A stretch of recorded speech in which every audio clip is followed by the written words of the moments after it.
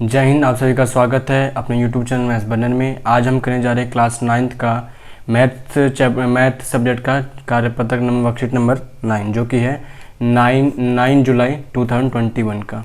ठीक है, इसमें हम देखेंगे कि इसमें हमें एक्चुअली में पढ़ना है घातांक के बारे में, मतलब पावर के बारे में। हमने चैप्टर पढ़ा है क्लास 8th के अंदर, चैप्टर नंबर 12 है जो कि पावर एंड सर्ट्स होता है, या फिर इसको हम एक्सपोनेंट्स भी कहते हैं।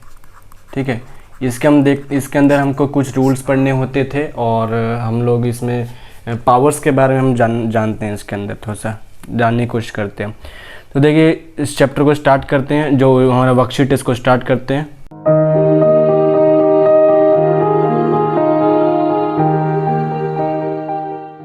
इस वर्कशीट को स्टार्ट करने से पहले एक दो चीज़ें हैं वो हम समझ लेते हैं। सबसे पहले जैसे कि कहीं पे 2 की पावर 3 लिखा हुआ है, 2 की पावर 3 लिखा अगर, तो ये जो कंप्लीट है इसको हम कहते हैं घातांक कहते हैं हिंदी में, और अगर इंग्लिश की बात की जाए तो इसको हम एक्सपोनेंट कहेंगे। ठीक है, इस पूरे को ही, मतलब ये किसी की पावर समथिंग हो तो एक्सपोनेंट कहलाएगा या घातांक कहलाएगा। ये जो नीचे जो 2 लिखा हुआ है इसको हम कहते हैं बेस, या फिर हिंदी में कहना चाहें तो आधार हो जाएगा चीज़। और ये जो 3 जो लिखा हुआ है इसको हम कहते हैं पावर कह लीजिए या एक्सपोनेंट कह लीजिए। ठीक है, तो ये सर्ट्स भी कहला देता है, कह सकते हैं इसको हम लोग। ठीक है, तो ये तो कुछ चीज़ें थी इसमें। दूसरी चीज़ ये है कि जैसे 2 की पावर 3 ही लिखा हुआ है, इसका मतलब ये हुआ कि मुझे 2 को 3 बार गुणा करना है, 3 बार मुझे गुणा करना है। इसका मतलब ये हुआ, जैसे कि मान लीजिए कहीं पर 2 की पावर मान लीजिए कि 21 की पावर 7 लिखा हुआ है। इसका मतलब कि मुझे 21 मल्टीप्लाई 7 बार करना पड़ेगा। 21 मल्टीप्लाई 21 मल्टीप्लाई 21 मल्टीप्लाई 21, तो 21 मल्टीप्लाई 21 मल्टीप्लाई 21, तो ये 7 बार हो चुका है। एक्चुअली में ऐसा क्यों किया जाता है कि ताकि हमें बड़े से बड़े नंबर को इतना सारा लिखने की बजाय छोटे से मैं लिख सकूं। देखिए, इतना सारा नंबर था, मैं 7 बार लिखता है, इससे अच्छा सिर्फ इतना सा लिख दूंगा तो मेरा काम बन जाएगा। बात वही है, दोनों चीज़ें, कोई दिक्कत नहीं है दोनों में। तो अब देखते हैं सबसे पहला जो फॉर्मूला है इसके अंदर, उसको देखते हैं अब। तो देखिए, सबसे पहला जो फॉर्मूला है वो है a की पावर x, जैसे मैं यहीं पे लिख देता हूँ। जैसे सबसे पहला जो फॉर्मूला है a की पावर x मल्टीप्लाई a की पावर y। इसका मतलब ये हुआ कि आधार जो होगा, दोनों का आधार जब सेम होगा और चीज़ें मल्टीप्लाई में होंगी तो हमारा इसका जो आंसर फॉर्मूला जो बन जाएगा वो बन जाएगा हमारे पास कि आधार तो वही रहेगा, और जब मल्टीप्लाई में होगा तो हमारा जब पावर होगा वो प्लस हो जाया करेगा। ठीक है, सबसे पहला फॉर्मूला यही है इसका। तो जैसे कि क्वेश्चन दे रखा है 5 की पावर 3 मल्टीप्लाई 5 की पावर 2, तो बस सिंपल सा चीज़ है। देखिए, आधार यहाँ पर हमें सेम दे रखा है, 5 और 5 दोनों का सेम है।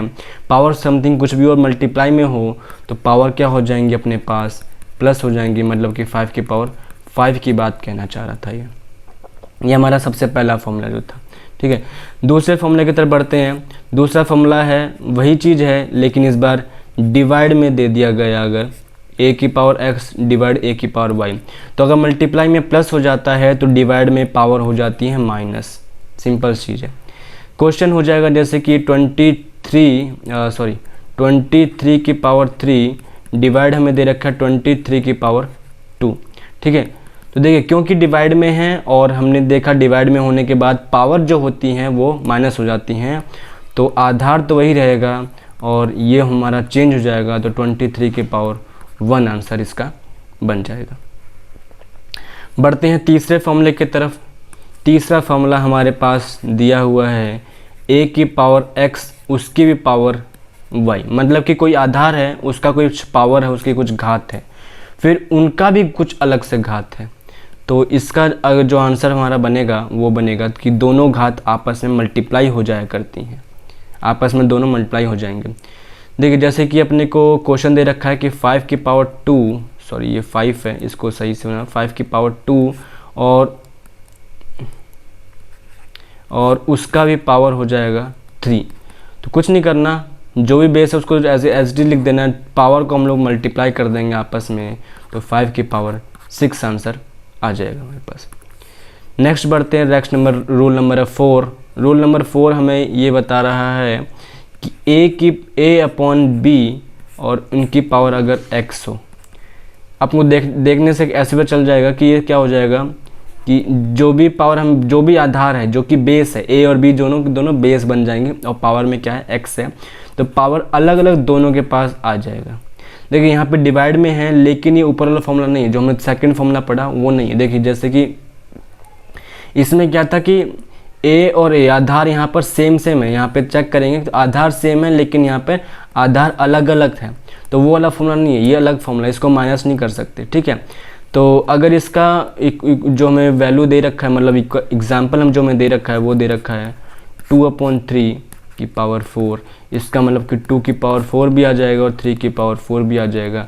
इसका मतलब हुआ कि 2 को मैं 4 बार ऐसे मल्टीप्लाई कर दूंगा, ठीक है, और 3 को भी मैं ऐसे ही 4 बार मल्टीप्लाई कर दूंगा, तो ये हो जाएगा 2 to the 4, 4 to the 8, 8 to the 16 और 3 to the 9, 9 to the 81।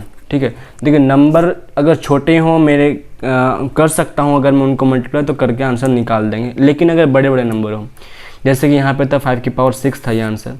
ठीक है, तो इसको ज़रूरी नहीं है कि इसको करना पड़ेगा, इतना में छोड़ दीजिए, आंसर कोई काटेगा नहीं, इसको डिलीट नहीं करे। नेक्स्ट देखते हैं, नेक्स्ट अपने पास फिफ्थ फॉर्मूला है कि a की पावर x मल्टीप्लाई b की पावर x। ठीक है, तो देखिए यहाँ पर बेस सेम है, यहाँ पर सॉरी आधार जो है वो अलग अलग है कि पावर सेम है, और जो फर्स्ट फॉर्मूला पढ़ा था उसमें आधार सेम था, हमारे पास आधार क्या था, दोनों के दोनों सेम थे। तो यहाँ पे पावर प्लस नहीं होगी, यहाँ पे एक्चुअली क्या होगा कि दोनों का पावर हम दोनों को मल्टीप्लाई में लिख देंगे और उसका सिंगल पावर हमारा x हो जाएगा, सिंपल सा था।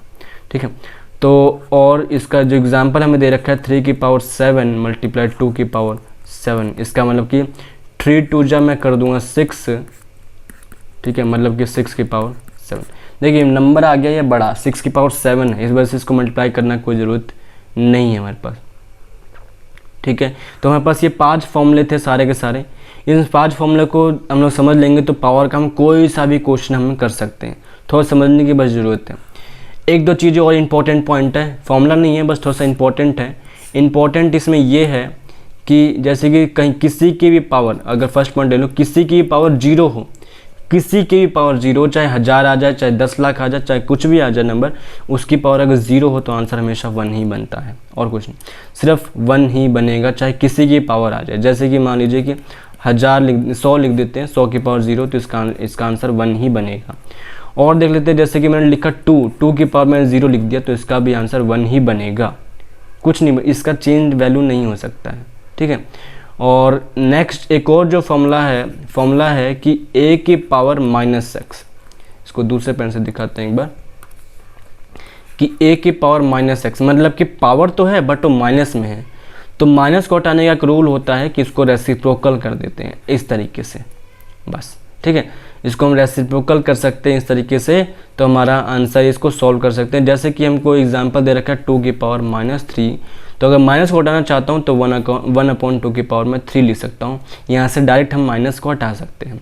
2 की पावर 3 में मल्टीप्लाई तो कर ही सकता हूँ, कैलकुलेट कर सकता हूँ, तो 2 × 2 आंसर आ जाएगा 1/8। ठीक है, तो इस तरीके से हमने पढ़े 5 और 2, अगर इसको मान ले तो 7 हमने रूल्स टोटल पढ़े हैं।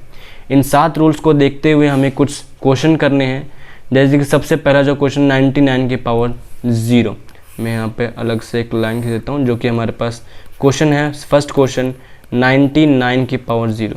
देखिए हमने अभी पढ़ा है कि किसी की पावर 0 हो तो उसका आंसर 1 ही आता है, सब सिंपल सा क्वेश्चन, पहला question as it is simple सा।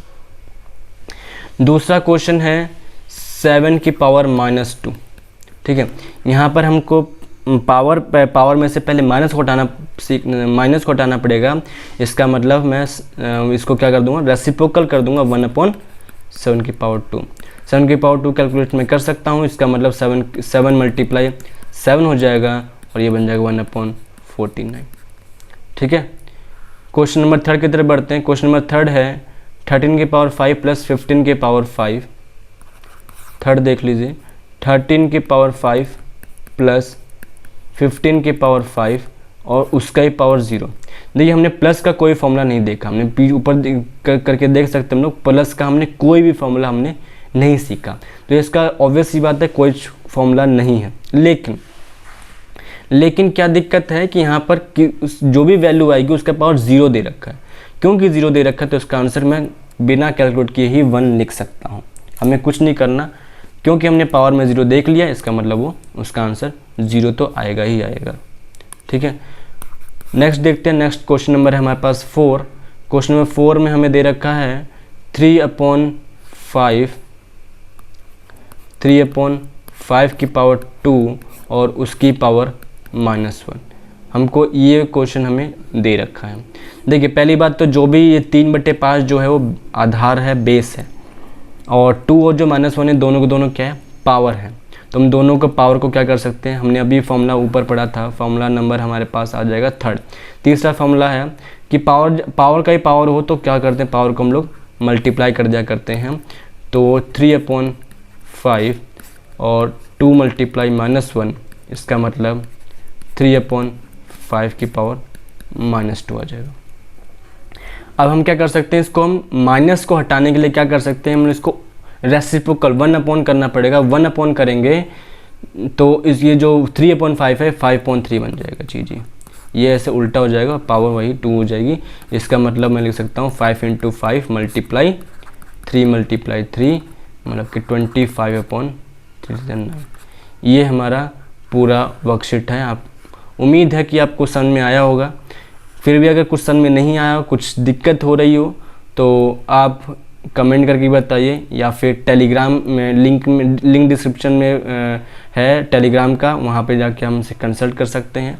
ठीक है, और अब अगर आपको सेशन अच्छा लगे तो प्लीज़ लाइक कर दीजिएगा, सब्सक्राइब कर दीजिएगा चैनल को अगर आप इस पर नए हों, और शेयर ज़रूर कर दीजिए दोस्तों के साथ। तो आज के लिए इतना ही, थैंक यू।